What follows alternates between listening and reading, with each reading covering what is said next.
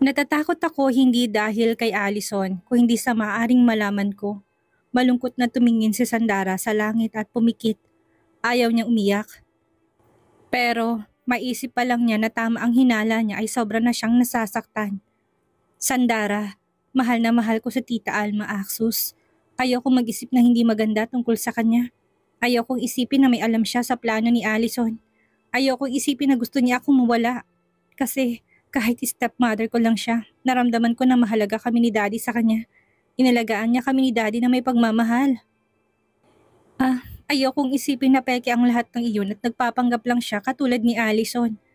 Ngayon pa lang nasasaktan na ako, Axus. Isipin ko pa lang na totoo ang hinala ko'y parang pinipiga ng puso ko sa sakit. Hindi ko kayang tanggapin yon. Hindi ko kaya.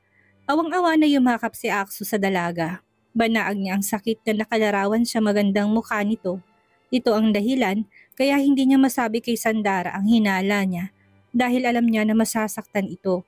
Katulad ngayon, para itong batang umiiyak sa kanyang harapan. Kanina, sinabi niya sa akin na wag mo na sabihin kay Daddy na buhay ako, na bumalik na ako. Inatake daw si Daddy Axus. May parte sa puso ko na nagsasabi nag-aalala lang siya kay Dad. Pero may parte sa isip ko na nagsasabi na ayaw niya talaga akong bumalik. Ewan ko ba, Axus? Nagiging tamang hinala na ako. Nag-iisip na ako ng hindi maganda.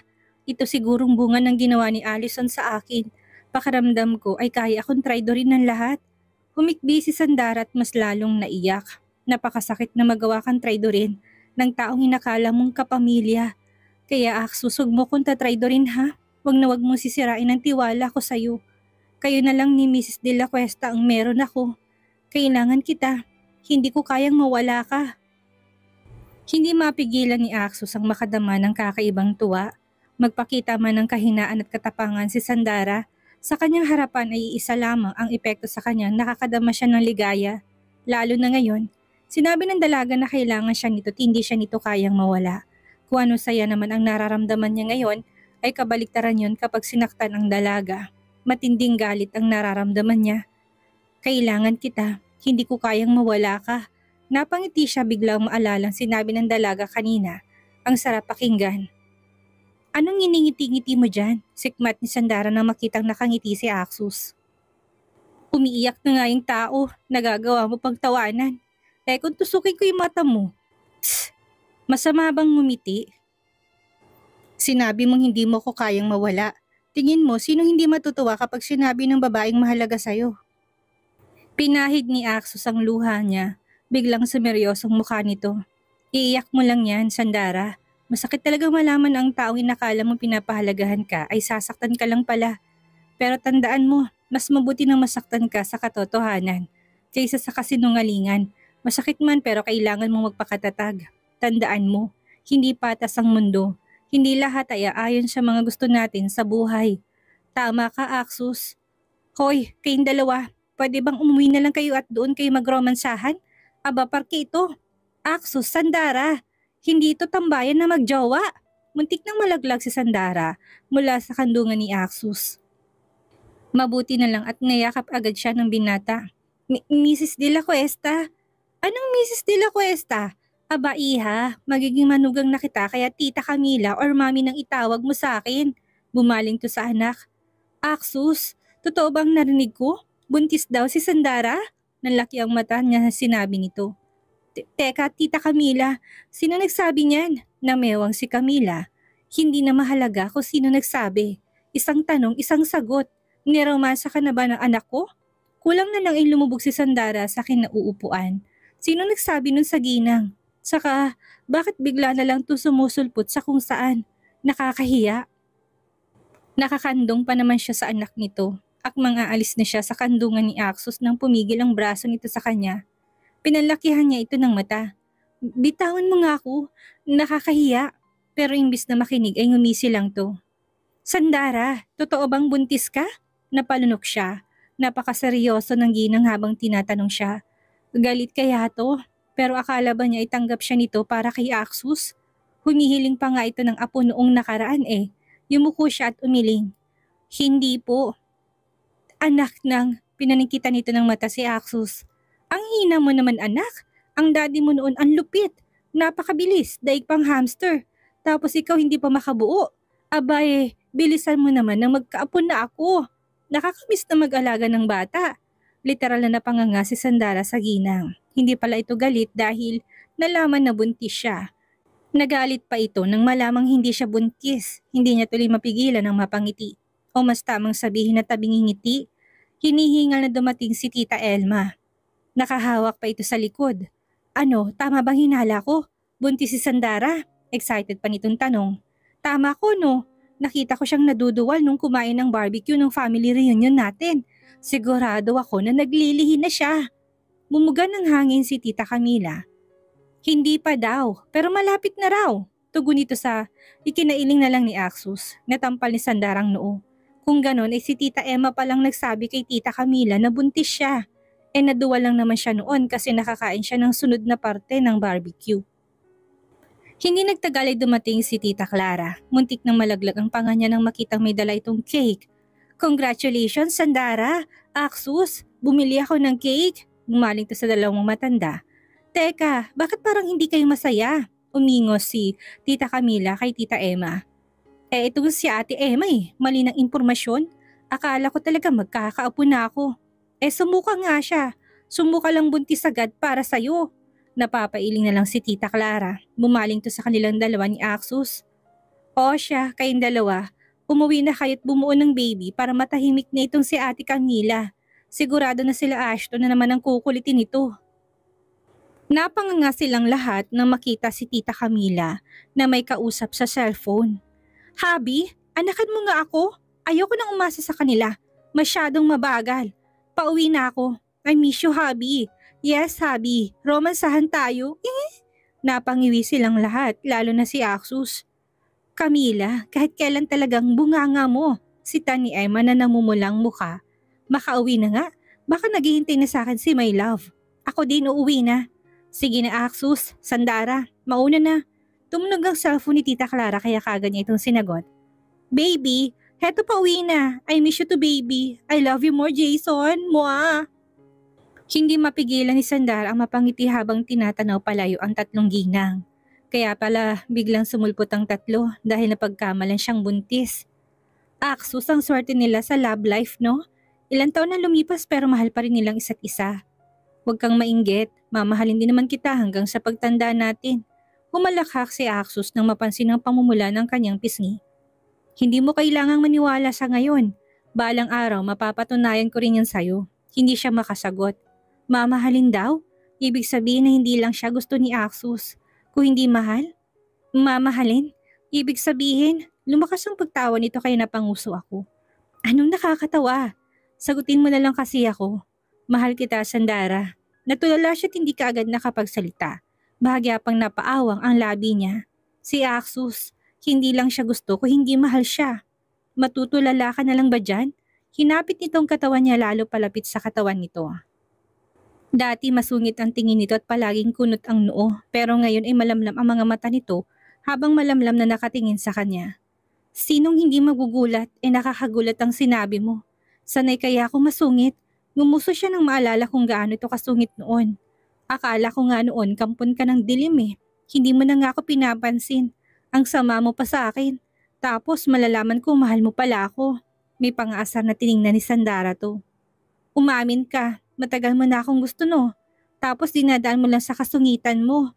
Napatawa siya sa isip na makitang pagpula ng tenga nito. Ibig sabihin totoo. Tsk. Hindi ko alam na marunong ka palang mang-asar. Nangising nilapit itong mukha sa kanya, kaya napatras ang ulo niya. Saka paano ko sabihin kung oo, anong gagawin mo? Nalaki ang mata niya, gusto lang naman niya itong asarin.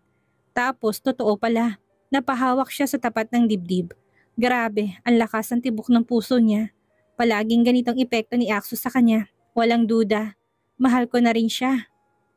Napatili siya nang buhatin siya nitong bigla. Hindi mo kailangang sabihin kung mahal mo na ako hindi. Sinabi ko naman sa'yo, handa ako maghintay sa loob ng 2 buwan pa. Ha? Maghintay? Paano kung hindi ko siya sagutin sa loob ng 2 buwan? Isip-isip niya. Mukhang nabasa nitong nasa isip niya dahil sinagot nitong katanungan sa utak niya. Kukunin kita't itatali na sa buhay ko. Sa tingin mo, papayag ako makawala ka pa sa akin? Ngumisi to. No, Sandara, sa akin ka lang. Hindi siya nakasagot dahil walang maapuhap na sasabihin. Diyos ko, imbis na mainis sa pagiging mapang-angkin niya, bakit kinikilig ako? Pulang-pula ang kanyang mukha na yumakap na lang sa binata. Daig pa niya ang teenager na kinikilig dahil sa pagtatapat ng crush niya. Kumunot ang noon niya nang may ibigay ito sa kanya. Teka, ito ang singsing na ibinigay sa kanya ni Jordan noon. Pinapabalik ni Mommy. Tsk, kung ako masusunod itatapon ko yan sa basura. Bulong nito na hindi may pintang muka. Tinitigan niyang hawak na singsing. Noon kapag tinitignan niya ito, ay sobrang saya niya dahil magkakatotoo ng pangako nila ni Jordan sa isa't isa. Na sa wakas ay malapit na silang bumuo ng pamilya, pero hindi na ngayon. Wala na siyang makapako hindi panghihinayang. Wala siyang makapanglungkot o galit. Masaya pa nga siya, nung una hindi niya alam kung bakit. Pero ngayon alam na niya.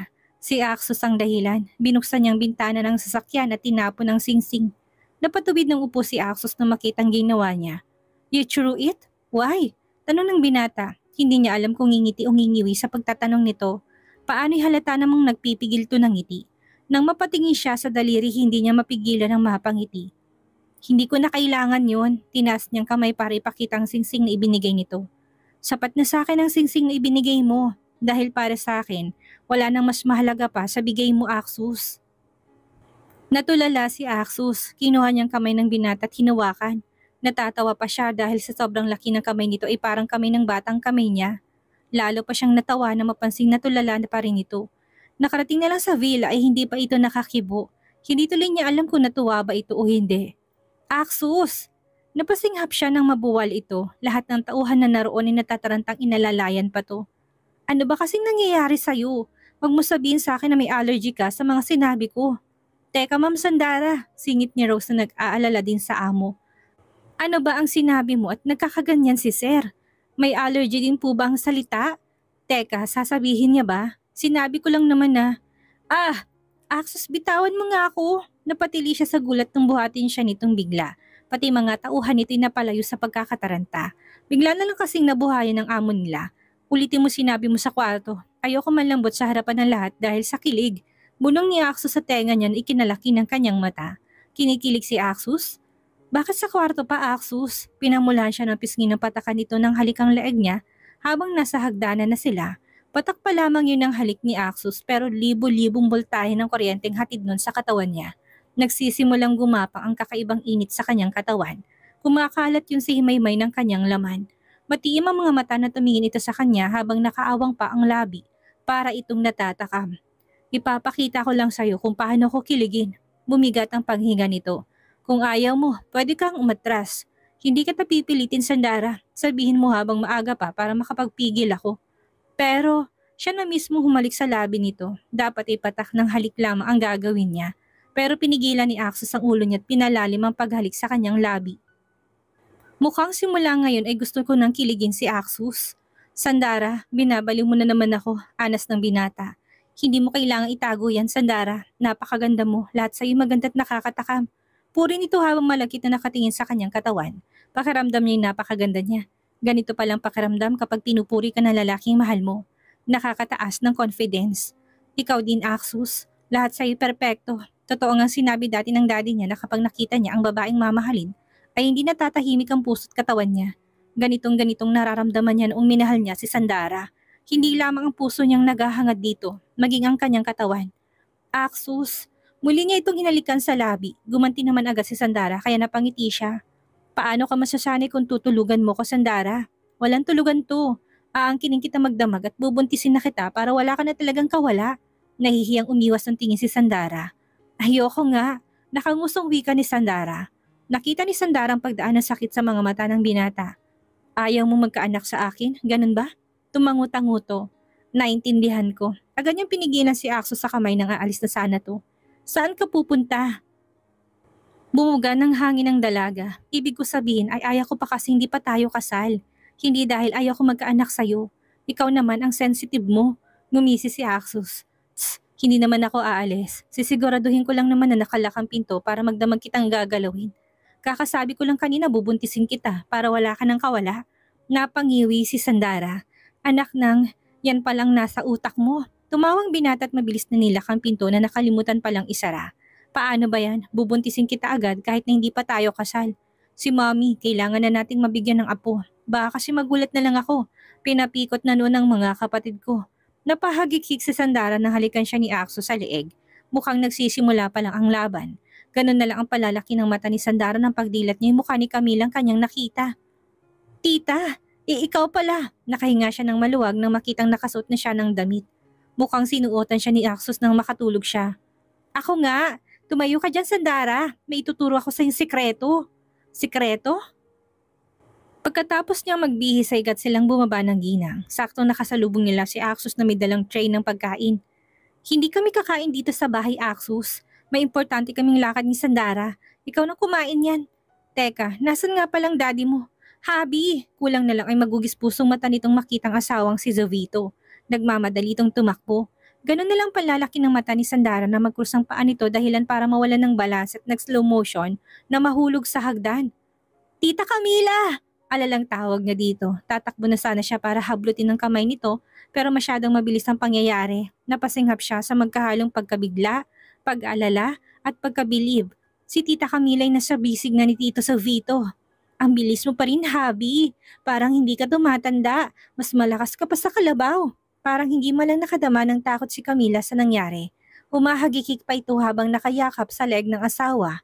Tss, you're careless, wife. Paano kung wala ako? Di nabasag ng mukha mo. Hanggang ngayon, hindi ka pa rin marunong mag-ingat. Habi naman, aksidente yon, okay? Saka alam ko naman na nariyan ka para saluhin ako. Nagpapalit-palit ang tingin ni Sandara sa dalawang matanda. Nagtatalo na pero ang sweet pa rin. Samantalang napailing-iling si Axos, hindi na talaga magbabagong mommy niya. Minsan isip bata pa rin, mabuti na lang at kaya itong i-handle ng kanyang ama. Hinawakan ni Axos si Sandara sa kamay. Come on, sa kwarto tayo. Kumain ka. Hep hep, pinanikita ni Camila ng matang anak. Aalis kami, period. May mga dapat akong ituro sa kanya na sikreto na tanging ako lang ang nakakaalam. Bumaling to sa asawa at matamis na ngumiti. Aalis na muna kami, Habi ha. Huwag kang sumunod kundi malilintikan ka. Anito na ikinalunok ng ama ni Axos. Wife, utang na loob sa Vito. Abang tanda na natin para buntutan mo ko. Sa kalakad ng babae to, hindi pwedeng kasamang lalaki. O siya, aalis na kami ng future manugang ko. Bumaling to kay Sandara. Tara na Sandara, marami akong ituturo sa'yo. Opo, Tita Camila. Natampal nilang mag-ama ang noo kapag sinabi talaga ni Camila ay wala silang magagawa. Saan tayo pupunta, tita? Tinapat ng ginang ang daliri sa labi. Shh! Malalaman mo rin. Tumango si Sandara. Kinakabahan siya. Saan kaya sila pupunta? Sekreto daw eh. Ibig sabihin mahalagang ituturo nito at pupuntahan nila. Napanganga si Sandara nang mapuntahan ng lugar na mahalaga ako noon na pupuntahan nila. Isang department store? Tara na iha. Marami akong sekreto na sasabihin sa'yo. Masayang hinila siya ng ginang papasok sa naturang gusali. Kasunod ang 10 bodyguards. Walang katao-tao sa lugar kaya nagtataka siya. Bakit kaya walang tao?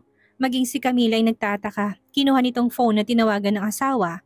Hello, Habi. Huwag mo sabihin sa akin na binili mo kaagad ang store na to. Ano? Sigurado ka? Naku, kapag nalaman kong nagsisinungaling ka ay wala kang romansya ng 2 buwan. Napatakip ng tenga si Sandara maging ang mga bodyguards sa lakas ng boses ng ginang. Parang galit ito, pero mukhang hindi naman.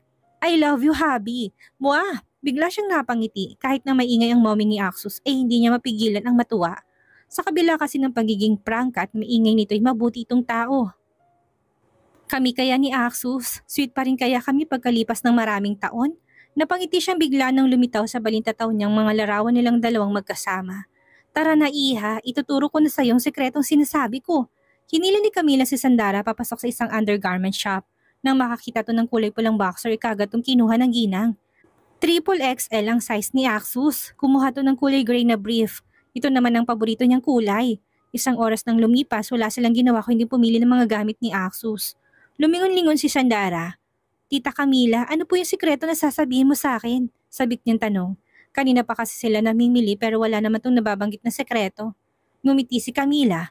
Ito na ang sikretong sinasabi ko, Sandara. Po, ito? Alin po dito? Lumapit si Camila sa dalaga at bumulong. Lahat ng binili natin ay walang ibang nakakaalam kung hindi ako lang.